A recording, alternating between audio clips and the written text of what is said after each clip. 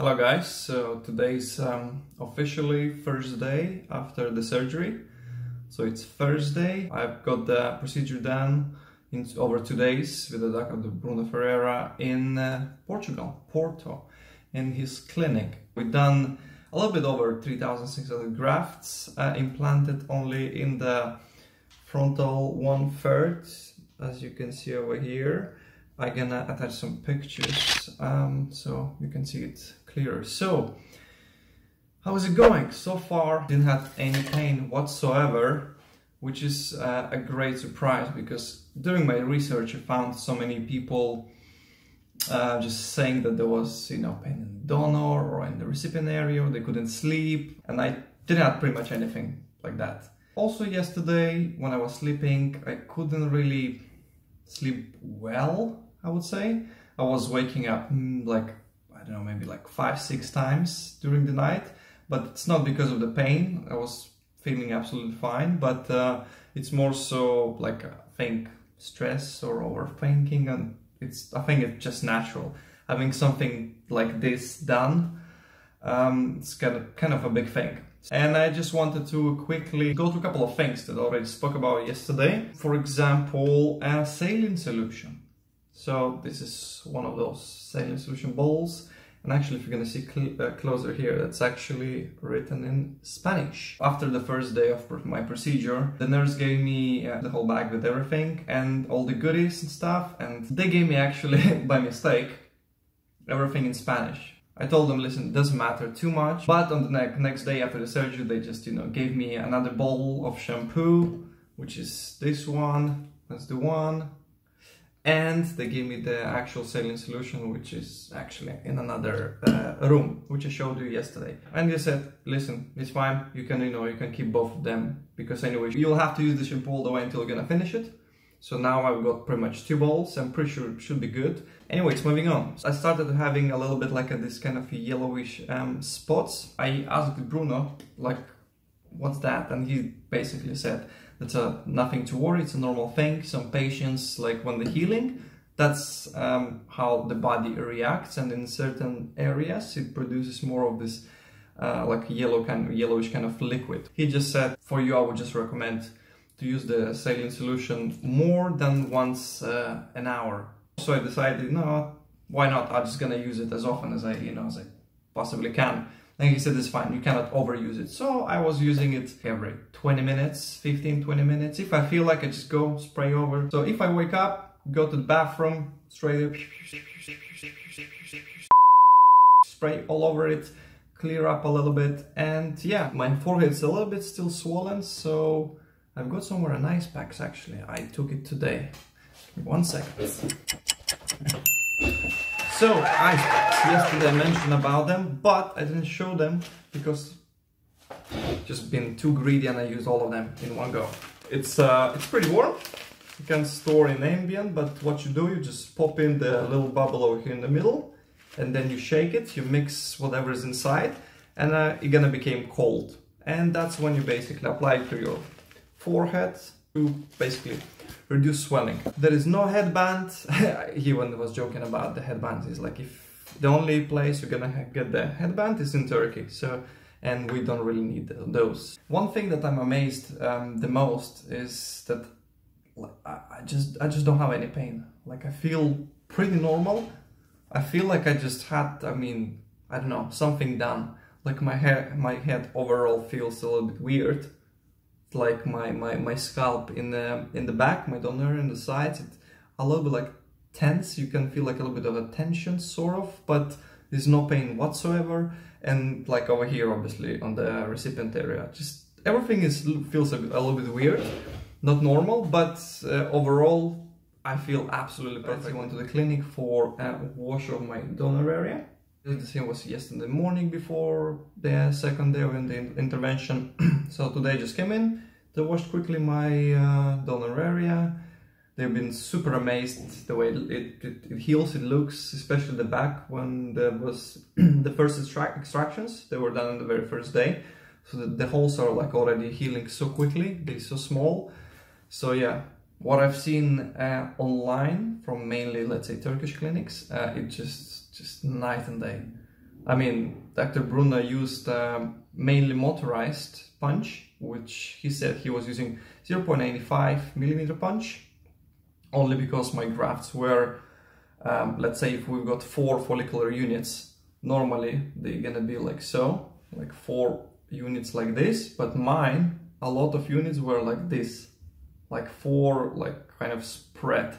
So he'd been forced basically to use slightly bigger punch, but again, but if you're gonna check on the video, the scars look extremely small. He was also using a manual punch, which is a surprise. I thought he's just 100% motorized.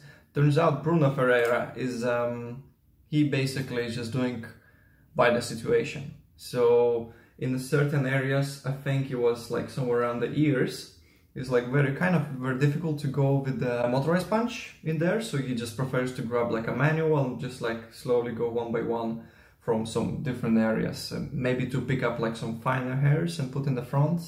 Don't know, didn't really ask him. But yeah, basically what impressed about him that it's really like he can use both tools very well, and it's not like just relying on one tool. Also on the first day, like I mentioned before, there was a little bit of complications, actually quite a lot. I had like when they placed the first, like the very front hairline, I had a lot of popping. What is popping? When you're putting one graft and then you're placing another graft close to it, and the first graft pops out, which is obviously not good. So Dr. Bruno is using the lion implanters.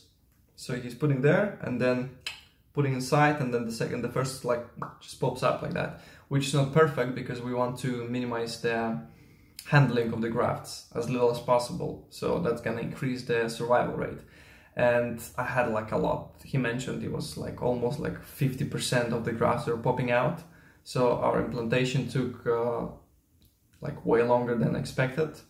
We've been expecting like around 3 hours to implant 1,800 grafts in the first day, but it took us almost like a five hours or so, even maybe more.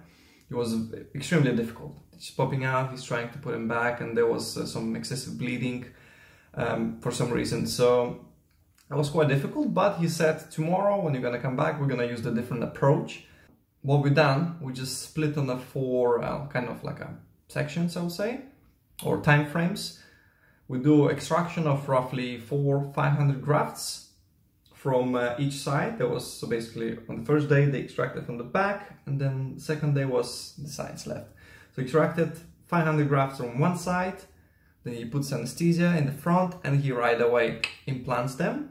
So in this, and then again goes back to the extraction, again implanting, and in this way there was almost no popping at all. Like there was like, he said, like I don't know, 5% or so. It was like almost comparable, almost nothing, which was pretty good. And also bleeding was pretty much non-existent compared to the first day. So I like that he switched the approach just to kind of, you know, to make it better, to work better for me. That's not something, I guess, that you can find from other clinics. And especially now, if you think about it, some doctors in Turkey that I was considering at first, they're doing, let's say, 4,000 grafts, 4,500 grafts in one day. I was like, how is that even possible to do everything so quickly? If we managed to do 1,800 grafts, to extract and implant them pretty much in like what, 9 hours. It's a long day.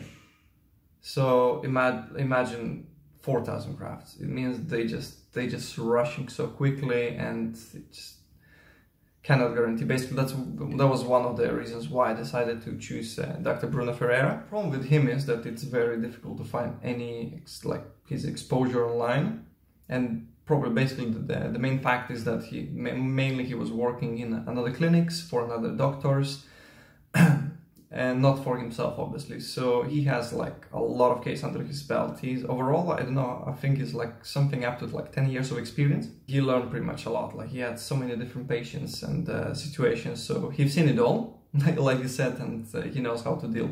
Like on my first day of the operation, he said pretty much using every single trick in the book, which kind of cool. That's basically his main reason. Obviously, if he's working for someone else has the right for the pictures and for the results.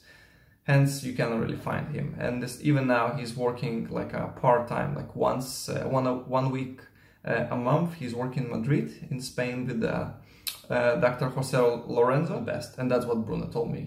Dr. Lorenzo is just like #1 in the whole world. Like he knows his stuff pretty well. So he's working with him once a week every month. The rest 3 weeks he's spending here in Porto in his own clinic. The whole team, they've been working together for more than 3 years, and that's the best part of it. Like, they really know what they're doing. Like, sometimes they don't even need to talk to each other. Like, while Dr. Bruno is like, you know, extracting or planting or whatever it is he's doing, is just the nurses coming one by one and just basically taking him, handing him over whatever he needs. Like, it's just like such amazing teamwork that I was like really impressed with that.